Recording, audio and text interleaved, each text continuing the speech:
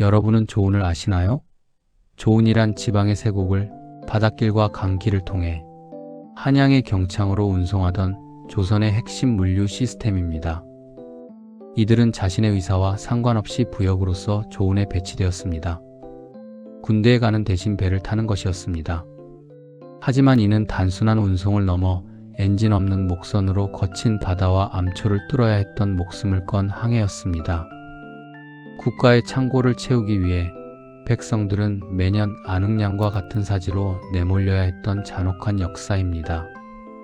조선 초기에만 전국에 9개의 조창이 있었고 매년 50만 석에서 100만 석에 달하는 쇠곡이 바닷길에 올랐습니다. 이는 당시 조선 전체 재정의 대부분이었으며 이 거대한 물량을 나르기 위해 동원된 배만 수백 척이었습니다. 조선 팔도에서 모여든 쇠곡선들이 서해의 거친 물결을 가르며 북상합니다. 배의 밑창이 무거운 쌀가마니 무게에 짓눌려 수면과 아슬아슬하게 맞닿아 있습니다. 삼남 지방의 고열을 짜낸 이 쌀들은 한양의 궁궐과 관하로 향하는 길이지만 그 길목을 지키는 태안 안흥량은 사공들에게 저승의 문턱과 다름없습니다. 실록의 기록을 보면 안흥량의 위용은 실로 잔혹했습니다. 태조 때부터 세조에 이르기까지 불과 60년 사이 이곳에서 침몰한 배는 200여 척에 달했고 바다에 버려진 쌀은 무려 15만 8천 석에 육박했습니다. 바다는 평온해 보다가도 안흥량의 좁은 목으로 접어드는 순간 성난 짐승처럼 돌변합니다. 물길이 좁아지는 이곳에서 바닷물은 거대한 폭포수처럼 쏟아져 들어오며 소용돌이를 일으킵니다. 사공들의 눈에는 공포가 서려 있습니다. 그들은 이미 수많은 동료가 이 물귀신 같은 물살에 휩쓸려 사라지는 것을 보았습니다. 배 안의 격군들은 이미 한계에 다다른 근육을 쥐어짜며 노를 붙잡습니다. 거센 조류가 배의 옆구리를 때릴 때마다 나무로 짜 맞춘 선체가 비명을 지르며 흔들립니다. 발바닥을 타고 전해지는 선체의 진동은 곧 닥칠 재앙을 예고하는 불길한 신호입니다. 사공은 땀 범벅이 된 손으로 키를 움켜쥐지만 강물처럼 빠르게 흐르는 바닷물 앞에서 거대한 배는 나뭇잎처럼 무력합니다. 안흥량 주변의 암초들은 평소에는 물밑에 숨어 있다가 배가 다가오면 날카로운 이빨을 드러냅니다. 물살이 워낙 빠르다 보니 노를 저어 배를 앞으로 나아가게 하는 것은 불가능에 가깝습니다. 그저 배가 암초의 정면으로 부딪히지 않도록 방향만이라도 틀어보려고 사투를 벌일 뿐입니다. 격군들의 거친 숨소리가 파도 소리에 묻힙니다. 누군가는 살려달라며 신령에게 빌고 누군가는 가족의 얼굴을 떠올리며 눈물을 훔칩니다. 하지만 바다는 그들의 간절한 소망에 아무런 대답도 하지 않습니다. 안흥량은 단순한 사고 지역이 아니었습니다. 태조 때부터 세조에 이르기까지 불과 60여 년 동안 이곳에서 침몰한 배만 200여 척, 손실된 쌀은 15만 석에 달했습니다. 매년 평균 3척 이상의 배가 이곳에서 부서져 나갔다는 통계가 이를 증명합니다. 태종 3년의 어느 날 결국 올 것이 오고야 말았습니다. 경상도에서 올라오던 30척의 조운선이 안흥량의 소용돌이 속으로 빨려 들어갔습니다. 선두에 섰던 배가 암초에 걸려 밑창이 찢어지는 소리가 천둥처럼 울려 퍼집니다. 뒤따르던 배들도 속수무책이었습니다. 쏟아지는 급류에 휘말린 배들은 서로 충돌하며 부서져 나갔습니다. 이날 하루에만 1200명의 사공이 목숨을 잃었습니다. 국가라는 거대한 기계를 돌리기 위해 1200명의 백성이 단 하루 만에 제물로 바쳐진 것입니다. 배 위에 쌓여있던 수만 석의 쌀가마니들이 바다로 쏟아지며 하얀 거품을 일으킵니다. 사공들은 차가운 바닷속으로 속절없이 빨려 들어갑니다. 살기 위해 필사적으로 부서진 배 조각을 붙잡아 보지만 안흥량의 물살은 자비가 없습니다. 쌀가마니 무게 때문에 물 위로 떠오르지 못한 채 수장되는 이들의 손동작이 수면 위로 잠깐 보였다가 이내 사라집니다. 이날 하루에만 1,200명의 사공이 목숨을 잃었습니다. 하얀 쌀알로 뒤덮여 기괴한 풍경을 자아냅니다. 살아서 돌아가지 못한 이들의 넋이 안흥량의 굽이치는 물살 속에 갇혀 영원히 떠돌게 되었습니다. 국가는 이 대참사 앞에서도 냉혹했습니다. 조정의 관리들은 죽은 사공들의 목숨보다 바다에 버려진 쌀 1만 석의 행방을 더 걱정했습니다. 사고의 원인을 사공들의 게으름이나 부주의로 돌리며 책임을 회피하기에 급급했습니다. 살아남은 사공들은 죄인이 되어 관아로 끌려가 고문을 당했습니다. 그들에게 안흥량은 지리적인 험로가 아니라 백성을 소모품으로 여기는 국가라는 거대한 기계가 만들어낸 지옥이었습니다. 안흥량의 물살은 지금도 쉬지 않고 흐르고 있습니다. 겉으로는 그저 평범한 바다처럼 보일지 모르지만 그 깊은 수렁 속에는 600년 전 가족의 곁으로 돌아가지 못한 1,200명 사공의 비명이 고여 있습니다. 쌀 한 토를 위해 백성의 목숨을 제물로 바쳤던 조은의 역사는 이곳 태안의 거친 물길 속에 지워지지 않는 낙인으로 남아 전해집니다.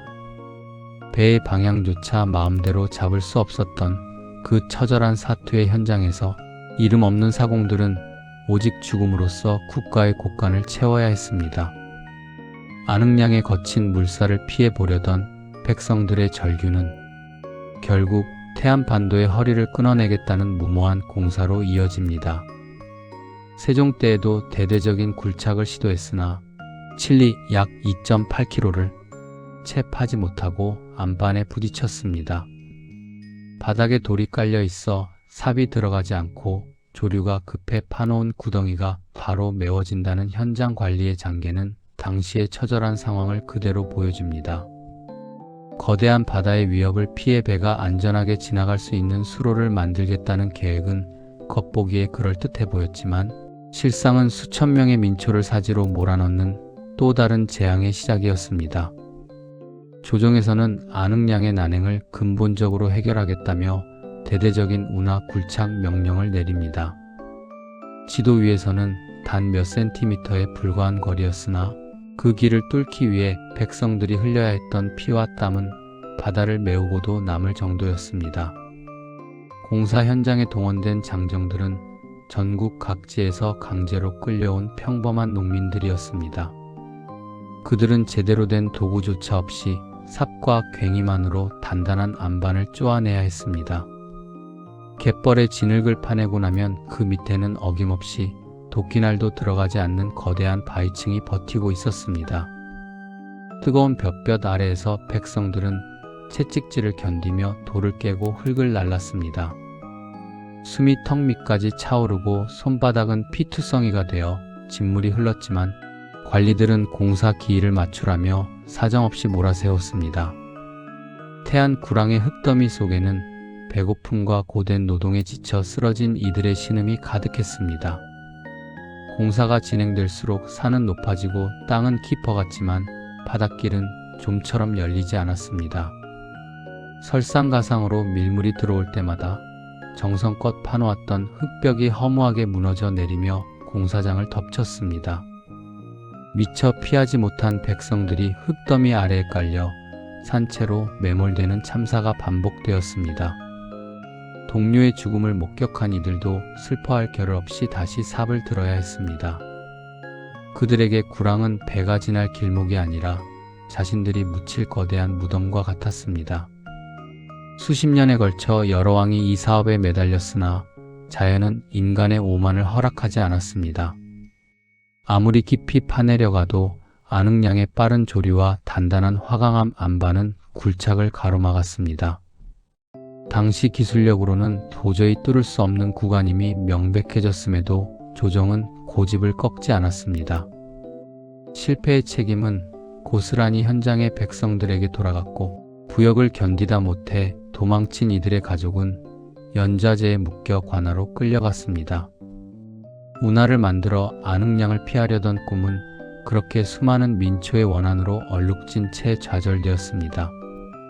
결국 구랑 공사는 미완의 상처만 남긴 채 중단되었습니다. 백성들은 다시 목숨을 걸고 안흥량의 소용돌이 속으로 배를 밀어 넣어야 했습니다.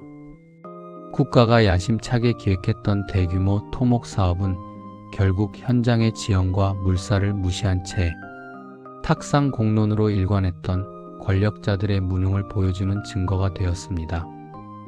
안흥량을 넘지 못해 멈춰 선 것은 배가 아니라 백성을 소모품으로만 여겼던 그 시대의 비정한 통치 시스템이었습니다.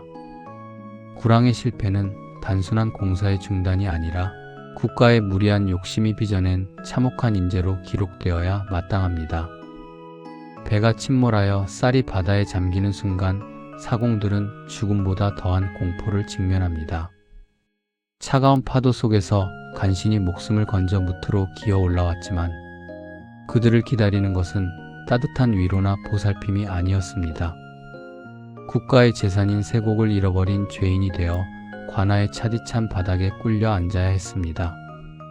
조선의 법전인 경국대전은 이 비극을 포음이라는 이름으로 법제화했습니다.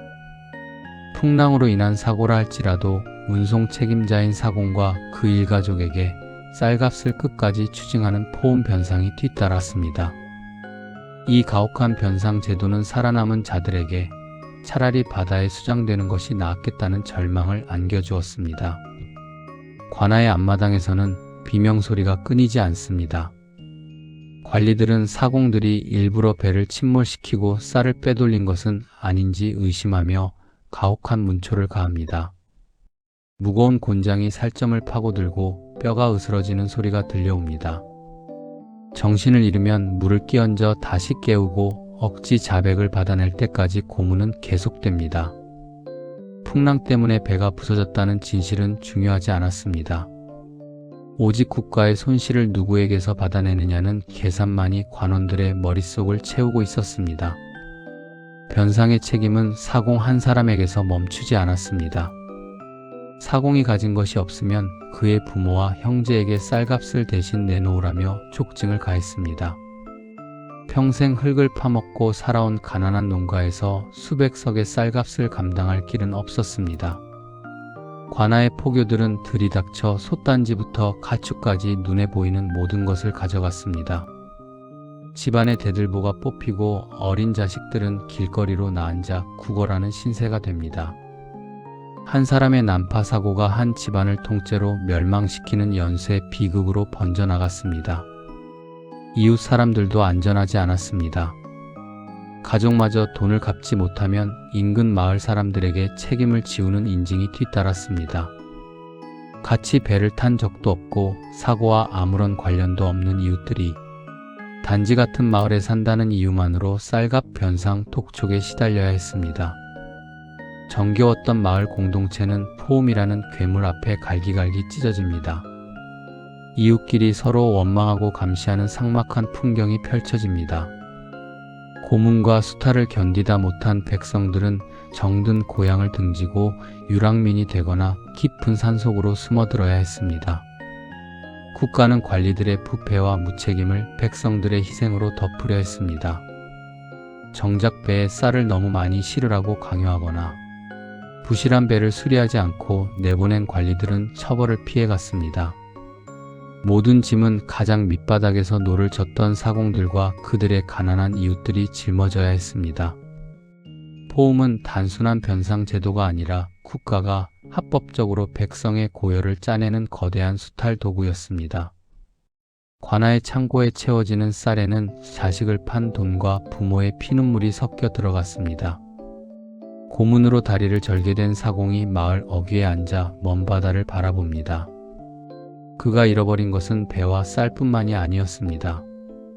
사람답게 살 수 있었던 평범한 일상과 가족의 웃음, 그리고 이웃과의 신뢰까지 모든 것이 포음이라는 제도의 칼날 아래 난도질당했습니다. 안흥량의 소용돌이는 바다에만 있는 것이 아니었습니다. 살아 돌아온 사공들을 집어삼키는 관아의 문턱과 그 뒤에 숨은 잔인한 법들이야말로 진정으로 무서운 소용돌이였습니다.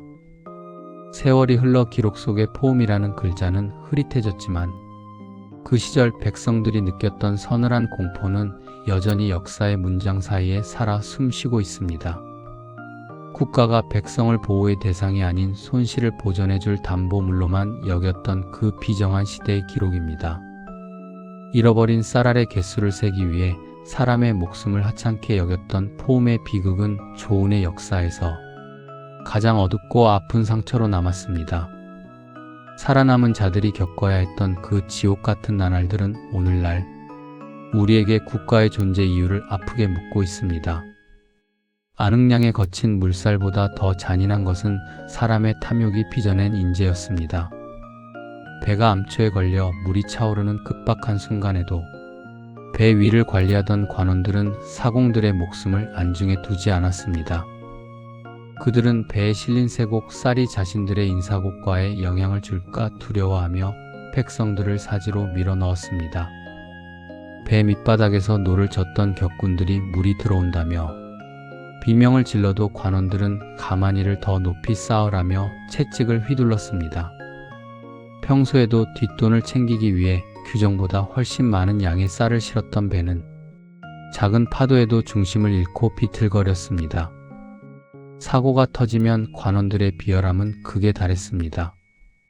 배가 가라앉기 시작하자 그들은 자신들만 살기 위해 선실 입구를 폐쇄하고 격군들이 밖으로 나오지 못하게 막았습니다. 쌀가마니가 쏟아져 입구를 막아버린 어둠 속에서 사공들은 손톱이 빠지도록 벽을 긁으며 절규했습니다. 관원들은 조그마한 비상용 배를 타고 유유히 현장을 빠져나갔고 그 뒤로 수백 명의 목숨이 담긴 거대한 쇠곡선은 비명과 함께 바닷속으로 자취를 감췄습니다. 국가의 대리인이라는 자들이 가장 먼저 신의를 저버리고 백성을 버린 셈입니다. 살아남은 관리들은 보고서를 꾸며내기에 급급했습니다. 자신들의 과적과 관리 소홀을 감추기 위해 풍랑이 워낙 거셌다거나 사공들이 술을 마시고 태만했다는 거짓 기록을 올렸습니다. 조사차 내려온 중앙의 관리들에게는 미리 챙겨둔 뇌물을 바쳐 입을 막았습니다. 윗선부터 아래까지 촘촘하게 엮인 부패의 그물망은 안흥량의 소용돌이보다 더 지독하게 백성들의 삶을 옥죄었습니다. 억울하게 죽은 사공들의 너클 달래는 제사조차 사치로 여겨졌고 그들의 이름은 실록에 구석진 곳에 숫자 몇 개로 기록될 뿐이었습니다. 배를 수리하고 보수한다는 핑계로 자행된 수탈은 또 다른 고통이었습니다. 관아에서는 좋은 선을 새로 짓거나 고친다는 명목으로 인근 마을의 장정들을 불러 모았습니다. 하지만 예산으로 책정된 자금은 이미 관리들의 주머니 속으로 들어간 뒤였습니다. 백성들은 자신의 도구를 직접 챙겨와야 했고 먹을 양식조차 스스로 해결하며 무상 노동에 시달렸습니다. 배를 만드는 데 쓰일 좋은 목재를 구한다며 백성들이 대대로 갖고 온 선산의 나무를 무단으로 베어가는 일도 허다했습니다. 부패한 권력이 휩쓸고 간 자리에는 분노와 원망의 씨앗이 자라나기 시작했습니다. 세금을 내기 위해 목숨을 걸고 쌀을 날랐으나 돌아온 것은 굶주림과 매질, 그리고 동료들의 허망한 죽음뿐이었습니다. 관아의 곡간은 가득 찼지만 백성들의 부엌에는 연기조차 나지 않았습니다. 지옥 같은 일상을 견디다 못한 이들은 결국 들고 일어났습니다. 낫과 괭이를 든 농민들은 부패한 관리를 향해 울분을 토해냈습니다. 조은이라는 국가의 혈맥은 이미 안쪽에서부터 썩어 문드러져 조만간 무너져 내릴 운명이었습니다. 관리들이 버리고 간 침몰선 주변에는 지금도 썩은 쌀알들이 바위 틈에 박혀 있다는 이야기가 전해집니다.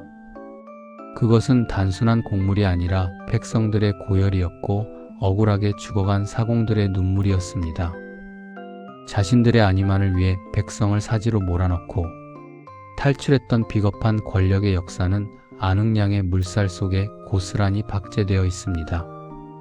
사람을 도구로만 보았던 비정한 통치는 결국 스스로를 파멸로 이끄는 지름길이 되었습니다. 권력의 탐욕이 빚어낸 이 거대한 인재는 조선 사회에 씻을 수 없는 상처를 남겼습니다.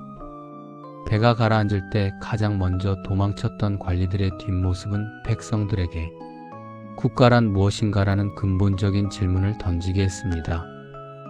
안흥량의 차가운 바다보다 더 시렸던 것은 사람의 마음을 등진 권력의 차가운 눈빛이었습니다.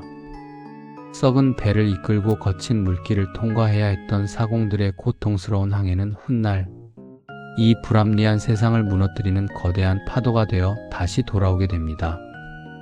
안흥량의 거친 물살을 지나고 무너진 구랑의 흙더미를 넘으며 포음의 가혹한 문초까지 견뎌냈으나 조선의 조우는 여전히 멈추지 않았습니다. 국가의 창고를 채워야 한다는 명분은 그 어떤 희생보다도 우선시되었습니다. 사공들은 매년 봄이 오면 가족들과 마지막 일지도 모를 인사를 나누고 다시 배에 올랐습니다. 바람의 방향을 잃고 물때를 기다리며 노를 젓는 일은 그들에게 일상이자 죽음과의 사투였습니다. 하지만 이 거대한 운송 시스템의 이면에는 누구도 책임지지 않는 거대한 구조적 모순이 도사리고 있었습니다.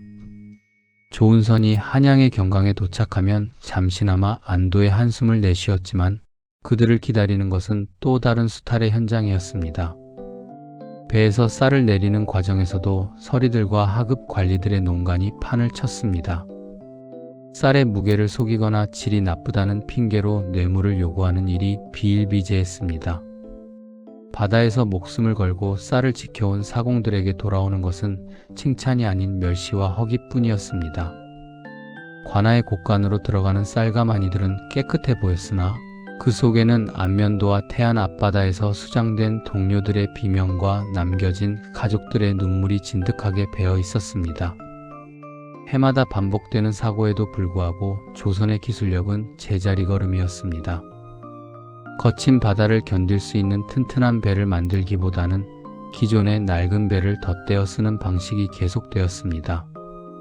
조정은 운하공사의 실패를 교훈 삼아 근본적인 물류 혁신을 꾀하기보다 사공들의 숙련도에 모든 것을 맡겼습니다. 엔진도 없이 오직 인력에 의지해 수천 킬로미터를 이동해야 하는 조우는 시대의 흐름을 따라가지 못하는 낙후된 시스템이었습니다. 시간이 흘러 좋은 제도는 역사 속으로 사라졌지만 그 길을 따라 흩뿌려진 백성들의 원한은 사라지지 않았습니다. 실록의 딱딱한 문장들 사이에는 차마 기록되지 못한 무수한 이름들이 숨겨져 있습니다. 이름조차 남기지 못한 채 안흥량의 소용돌이 속으로 사라진 1200명의 사공, 구랑의 돌더미 아래 잠든 이름 없는 부역자들, 그리고 포음의 고문을 이기지 못하고 쓰러진 가난한 가장들의 이야기가 바로 그것입니다. 그들의 희생 위에 조선이라는 국가의 화려한 문명이 지탱되고 있었다는 사실을 우리는 잊지 말아야 합니다. 조은의 역사는 단순히 쌀을 옮기는 과정의 기록이 아니라 국가의 존립을 위해 백성이 어디까지 희생되어야 하는가를 묻는 가슴 아픈 질문입니다. 이야기는 여기서 마칩니다. 구독과 좋아요는 영상 제작에 큰 힘이 됩니다. 감사합니다.